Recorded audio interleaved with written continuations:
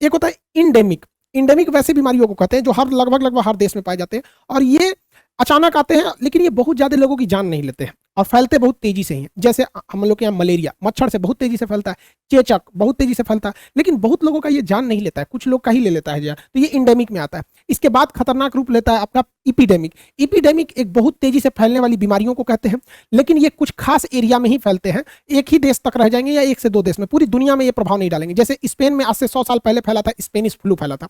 आप अगर छोटे पैमाने पर देखेंगे तो बिहार में एक चमकी बुखार आता है मुजफ्फरपुर तक के एरिया वाले में, तो ये एक छोटे रूप में होता है, लेकिन वो चमकी बुखार को आप इपीडेमिक में नहीं डालेंगे क्योंकि वो बहुत ज्यादा एरिया को डिस्टर्ब नहीं करता है। लेकिन जैसे स्पेनिश फ्लू आ जाएगा इपीडेमिक में, और अगर कोई बीमारी पूरी दुनिया को अपने चपेट में ले लिया तो उसे कहते हैं पेंडेमिक। तो अभी कोरोना जो है वो पूरी तरह से पेंडेमिक रूप लिया है, पूरी तरह से पूरी दुनिया को अपने चपेट में ले रखा है। आज से 100 साल पहले जो स्पेनिश फ्लू आया था, हम लोगों ने उससे कुछ भी नहीं सीख लिया है। इतिहास से हमने यही सीखा है कि इतिहास से कोई कुछ भी नहीं सीखता है। स्पेनिश फ्लू के भी 3 फेजेस थे। स्टेज 1 स्टेज मतलब जो उसका फेज, एक वेव 1 आया था, सेकंड वेव, थर्ड वेव। तो हम लोग भी कोरोना को ये सीखना चाहिए था कि स्पेनिश फ्लू का जो सेकंड वेव था वही सबसे ज्यादा खतरनाक था, और फिर 100 साल बाद यही हुआ। जो आज के वक्त में कोरोना है, इसका फर्स्ट वेव उतना खतरनाक नहीं था जितना कि सेकंड वेव खतरनाक है। और अगर आप स्पेनिश फ्लू को देखेंगे तो उसका थर्ड वेव सबसे कमजोर था, तो कोरोना का भी जो थर्ड वेव आएगा वो शायद सबसे कमजोर रहे। आप अगर आंकड़ों पे ध्यान देंगे, डाटा पे, तो जो फर्स्ट वेव था कोरोना का, इसमें जो पीक आया था ये सितंबर महीने में आया था, और सबसे ज्यादा मरीज जो रिकॉर्ड किए गए थे वो 16 सितंबर को रिकॉर्ड किए थे। ये 97,859 यानी लगभग 98,000 मरीज थे। उसके बाद से ये पीक डाउन हो गया, और फरवरी का महीना जो था यहां पर ये पीक डाउन हो गया। उसके बाद मार्च से ये फिर पीक पकड़ने लगा, और जो सेकेंड वेव आया अप्रैल महीने में, ये सबसे भयावह स्थिति हो गया। देखिए ये सितंबर महीने का ग्राफ है, फिर डाउन हुआ है और फिर ये अप्रैल में उठने लगा। और 16 अप्रैल का जो डाटा है 2,34,943 केस, यानी लगभग 2,34,000 केस यहां पे आए हैं सब। तो इतना ज्यादा का चेंजिंग देखा गया है। अमेरिका ही है जो हम लोग से इतने तेजी से स्प्रेड के मामले में आगे है, वहां पे लगभग 3 लाख केसेज आए थे। विशेषज्ञों का माने तो जिस तरह से कोरोना की रफ्तार बढ़ रही है, ये मई के महीने में इसका पीक आएगा, और जब तक पीक आएगा पर डे हमारे यहाँ लगभग 3.5 लाख लोग मिलने लगेंगे।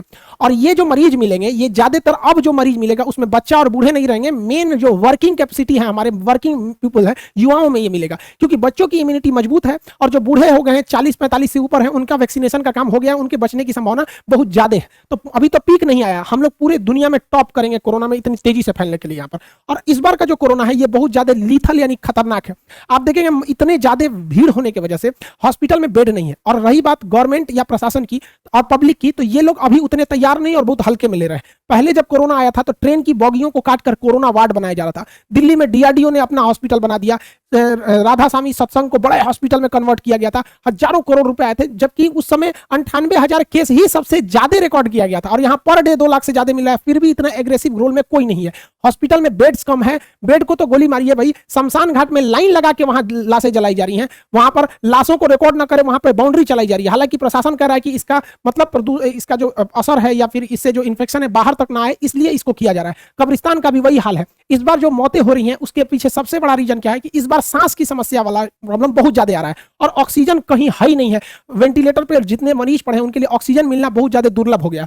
आपको जानकर ताज्जुब होगा कि जितना ऑक्सीजन है हॉस्पिटल्स में, उसका 7 गुना ज्यादा डिमांड है। अब आप बताइए, किसी चीज का 7 गुना डिमांड, यानी एक आदमी के लिए ऑक्सीजन है जबकि मरीज हैं 7, इसलिए वो ज्यादा मर रहे हैं। इस वजह से जो ऑक्सीजन का काला बाजारी है, जो उसका प्राइस है वो बहुत बढ़ गया है, 9 गुना प्राइस बढ़ गया है। ब्लैक में ऑक्सीजन को बेचा जा रहा है। ये ऑक्सीजन सिलेंडर जो इतना इसेंशियल था, हॉस्पिटल देखिए भारत में जितना ऑक्सीजन प्रोड्यूस होता है उसका 15% ही हॉस्पिटल को दिया जाता है, उसका 15% ही जरूरत हॉस्पिटल को पड़ता था, जो एनफ था। हॉस्पिटल में ऑक्सीजन की बहुत कमी देखी गई थी, जो लिक्विड फॉर्म में रहता है। लेकिन 85% जो ऑक्सीजन होता है, यानी ऑक्सीजन की ज्यादातर खपत इंडस्ट्रीज में की जाती है, जो गैसियस फॉर्म में रहता है। तो ज्यादातर ऑक्सीजन तो ये इंडस्ट्री वाले लेके चले जा रहे हैं। तो गवर्नमेंट को क्या करना चाहिए भाई? देखिए अभी ऑक्सीजन की जो खपत है उसको बाकी जगहों से रोककर हॉस्पिटल को सप्लाई दिया जाए। जैसे वेल्डिंग में देखेंगे तो ऑक्सीजन का यूज ज्यादा हो जाता है वेल्डिंग को जोड़ने वगैरह के लिए। आपसे एग्जाम में क्वेश्चन भी पूछता है कि जो एसिटिलीन वेल्डिंग किया जाता है तो उसमें जो ऑक्सीजन का सिलेंडर होता है वो किस कलर का रहता है? ब्लैक कलर का रहता है। रेलवे ग्रुप डी वाले लोग ये सब साइंस में क्वेश्चन पूछेगा। तो यहाँ पर जो जितना वेल्डिंग वर्क हो रहा है इंडिया में, एसिटिलीन वगैरह की वेल्डिंग, वहाँ ऑक्सीजन की खपत ज्यादा है। तो फिलहाल उनको 10-15 दिन के लिए उस चीज को थोड़ा धीमा करना चाहिए ताकि वहां से ऑक्सीजन को इस एरिया में लाया जा सके। जो माइनिंग होती है, सुरंगें खोदी जाती हैं, खास करके कोयले की सुरंग बहुत गहरी होती है। अब उस गहराई में ऑक्सीजन नहीं होता है, तो बड़े बड़े ऑक्सीजन के पाइप्स वगैरह भेजे जाते हैं ताकि अंदर जो माइनिंग हो रही है उसमें मजदूरों को ऑक्सीजन मिल सके। तो जब तक कोरोना हाई पीक पर है, इन मजदूरों को भी भैया हटाइए, कम से कम वहां ऑक्सीजन दीजिए ना। 10 दिन कोयला लेट से भी निकलेगा तो कोई दिक्कत नहीं, बाहर जितना कोयला है वो इंडस्ट्रीज को चला लेंगे, क्योंकि इस महामारी में हर चीज को स्लो डाउन हुआ है, तो ऑक्सीजन पे ही ज्यादा तो यूटिलाइज नहीं कर पा रहे हम लोग अपना ऑक्सीजन। 85% ऑक्सीजन ही कोयला खदान इत्यादि में भेजे, वहां मरीज मर रहा है ऑक्सीजन की कमी से। सबसे ज्यादा ऑक्सीजन को कंज्यूम करता है तो स्टील उद्योग। स्टील के कारखाने में बड़े बड़े भट्टियां होती हैं जिन्हें हम लोग फर्नेस कहते हैं। इन फर्नेस को चलाने के लिए इतना आग लगता है, सोचिए इतना भयानक आग होता है कि लोहा पिघला देता है, लोहा, स्टील, अल्युमिनियम पूरा पिघल जाते हैं, तब ना उनसे जो जो चीज चलाना